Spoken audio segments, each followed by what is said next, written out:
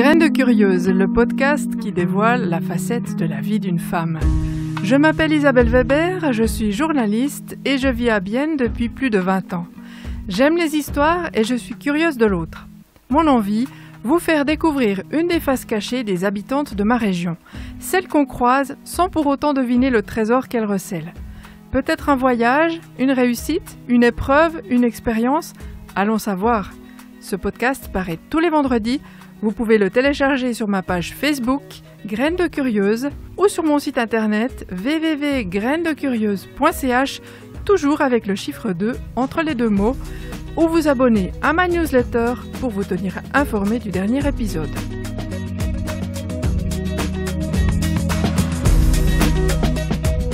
Cette semaine, Sandra Gurtner-Husch explique comment elle s'organise pour parvenir à l'équilibre familial tout en exerçant une profession épanouissante.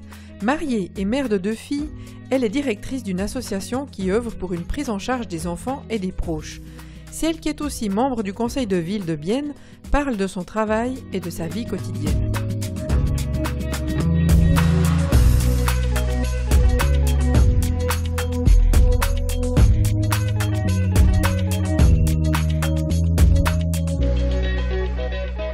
Bonjour Sandra. Bonjour Isabelle.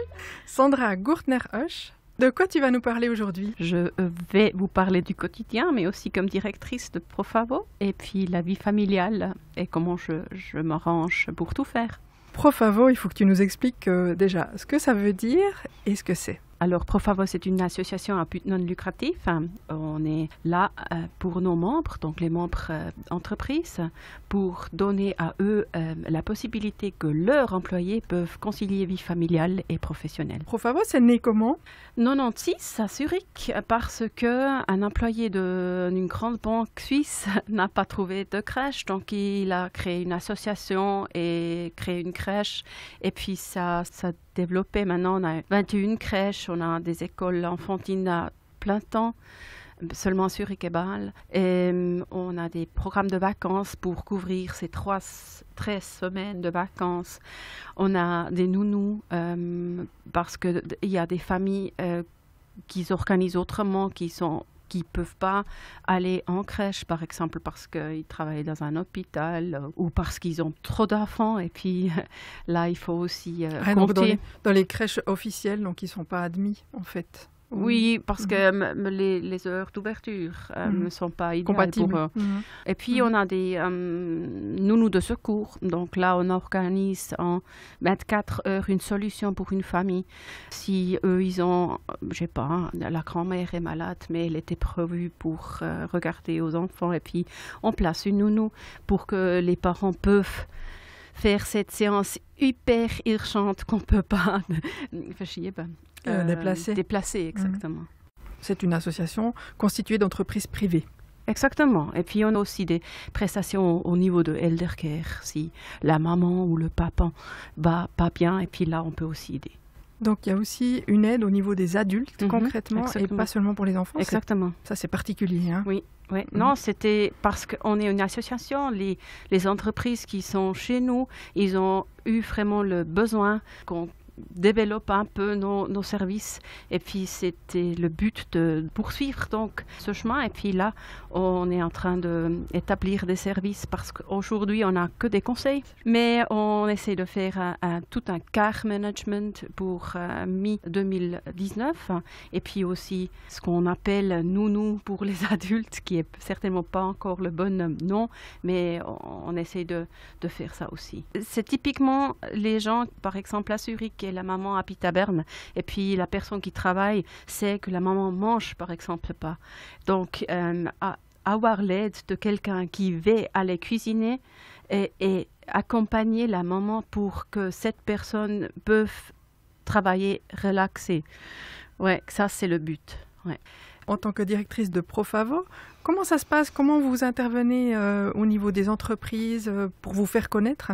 On a un contact très bien avec nos entreprises, certainement avec les ressources humaines. Donc les responsables de ressources humaines, eux, ils cherchent aussi des solutions pour leurs employés. Donc là, on a des très bons contacts qu'on soigne aussi, oui. Tu m'as dit quand on a préparé cette émission que vous aviez même parfois une influence sur les RH, sur la conduite à tenir avec leurs employés. Normalement, les RH, on ne doit pas vraiment influencer parce qu'eux, ils sont très conscients de quoi il faut pour être vraiment attrayant sur le marché des employés. Mais des fois, on remarque que les tâches des chefs, beaucoup de fois très masculins, n'est pas conscient de qu'est-ce qu'on pourrait encore améliorer pour être encore plus attrayant. Et puis là, on a certainement une influence parce qu'on peut faire des événements pour ces entreprises dans les journées de cadre, mais aussi pour les employés, pour que tout le monde est conscient avec des petites choses, par exemple, qu'on ne fait pas des séances le soir à 17h parce que tous les mamans rendent nerveuses.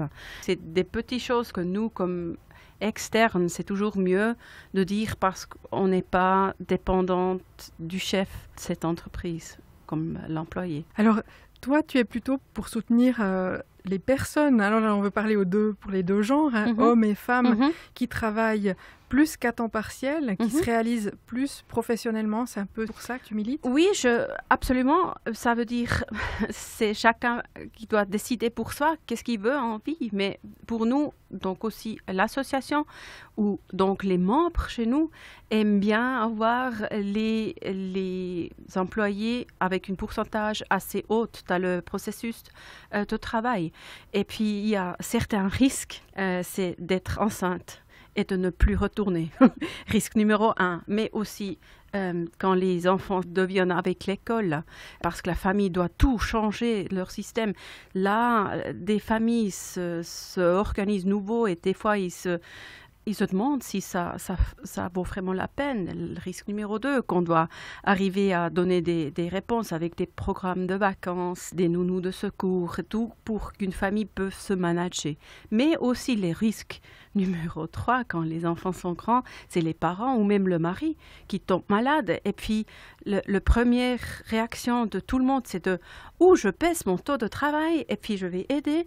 Mais peut-être c'est pas vraiment la solution la plus élégante ou clevère parce que aussi en vue de la retraite, des fois on doit penser à tout. Et puis là, on peut téléphoner à nous, et puis on aide. Ce que tu veux nous dire par là, c'est que par exemple, une personne qui travaillerait à 40%, c'est pas tellement intéressant pour elle. Un deuxième pilier à 40%, il est pas suffisant en tout cas. C'est pas suffisant. Et puis, une personne qui travaille que 40%, elle se fait dépendante de l'autre partie de la famille qui travaille peut-être 100%. Et puis, c'est pas égalité. Et puis, je trouve, mais c'est seulement personnel, j'aimerais bien être sur le même niveau que mon mari. Donc, j'aime bien être indépendante. Et puis, j'aime bien être avec mon mari parce que je veux être avec mon mari, pas parce que je dois, parce que ma caisse de pension me dit peut-être ça sera mieux de rester. Mais c'est ma façon de penser. C'est très intéressant. Et justement, ça m'oblige à te demander comment vous vous organisez justement dans ton couple, dans ta famille, parce que toi, tu la respectes, cette égalité, tu l'as trouvée. Alors, comment ça se traduit? Ah oui, pour moi, c'était toujours une obligation pour devenir enceinte quand on a parlé de ça. Donc, pour nous, c'est vraiment un modèle égalitaire. Donc, on partage tout, vraiment tout. C'était dur pour commencer parce que les premières 4 mois, j'étais chef bébé parce qu'il n'y a pas de congé paternel et il n'y a qu'une congé maternelle. Et puis, de maternité. Et puis là, on est un peu coincé avec cette égalité aussi au niveau de Claire, nature. Mais voilà, dès ces 4 mois, on essaie vraiment on fait chacun un jour à la maison. Et puis le reste, les enfants sont chez les grands-parents et aussi dans l'école la jour continue. Donc vous travaillez les deux à 80%. Exactement, yeah. Mhm. Et toi, tu travailles donc, tu es directrice de cette association. Et ton mari, qu'est-ce qu'il fait? Il est chef de salaire chez une caisse de maladie. Et comment ça se passe quand l'un ou l'autre rentre à la maison? Est-ce que vous aussi là, dans la façon de tenir le ménage, de s'occuper des enfants, c'est pareil? On a donc, c'est moi les matins, c'est lui les soirs. Donc on regarde toujours qu'on arrive à travailler nos heures. Donc c'est moi qui est tard le matin au bureau et puis c'est lui qui est tôt pour chercher des enfants. Et puis après, on a chaque semaine, on regarde de nous organiser. Donc avec les loisirs ou ce qu'on veut encore faire. Dans le ménage, on a nos tâches. Et puis ça fonctionne très bien.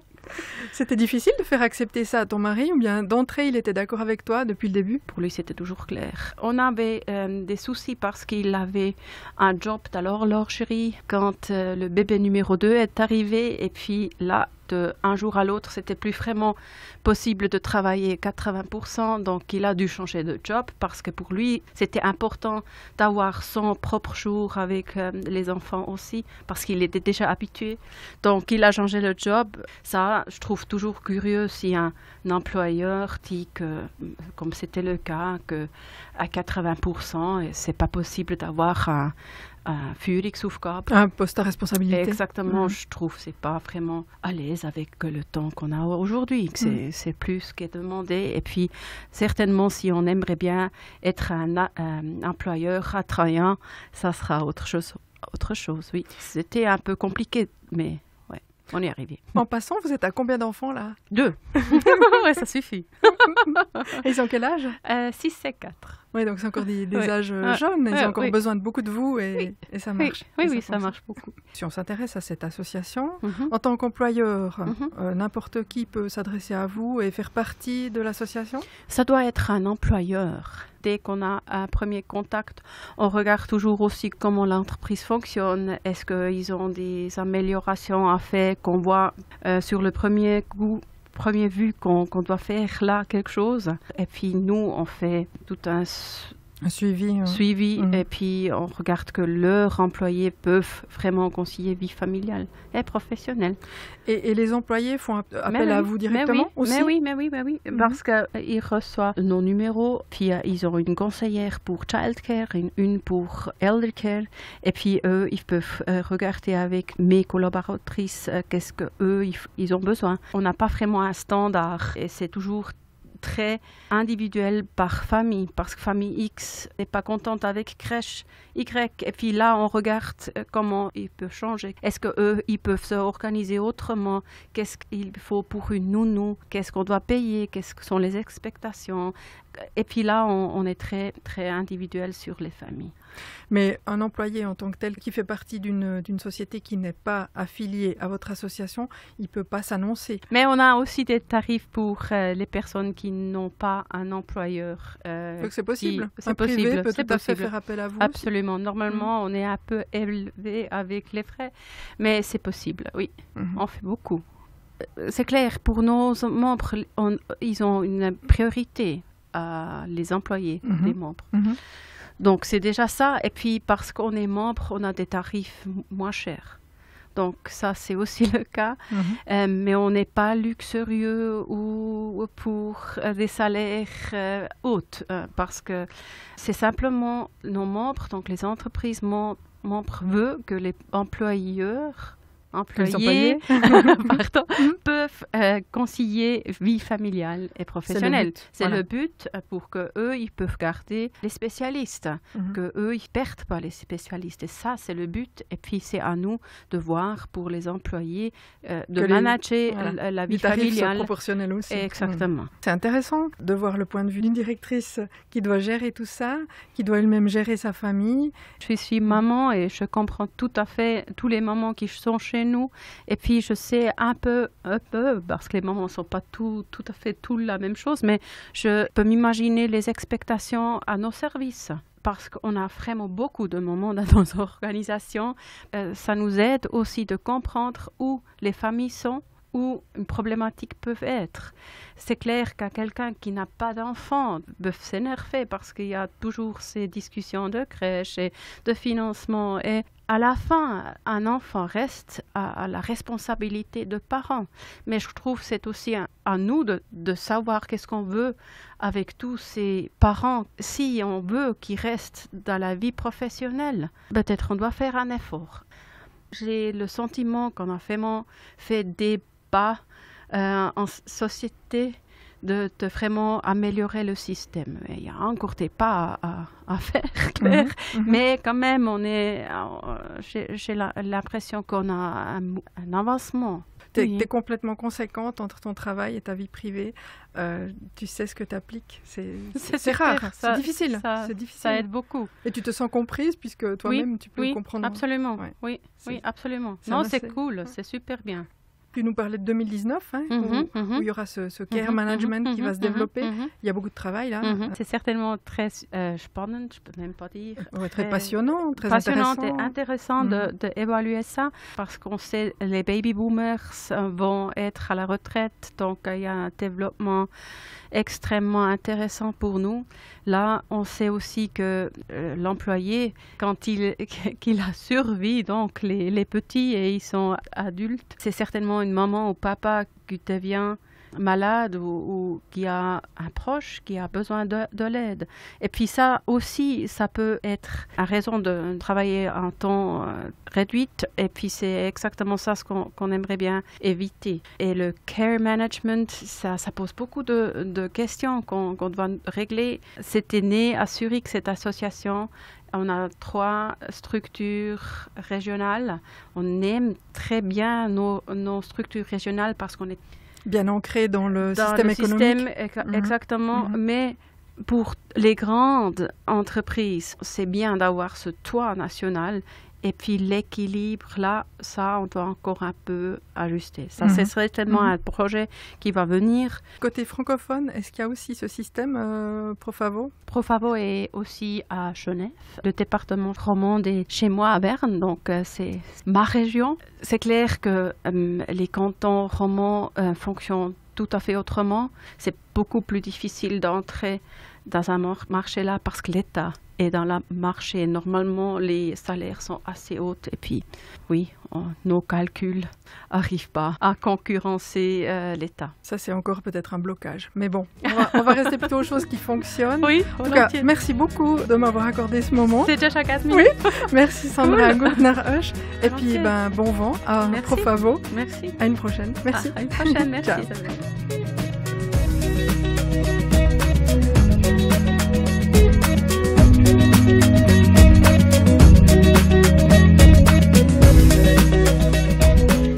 J'espère que cet épisode vous a plu. Ne manquez pas de m'envoyer un commentaire sur Facebook à Graines de Curieuse ou de vous abonner à ma newsletter sur le site www.grainesdecurieuse.ch avec un 2 entre les deux mots. Soyez heureux et à vendredi.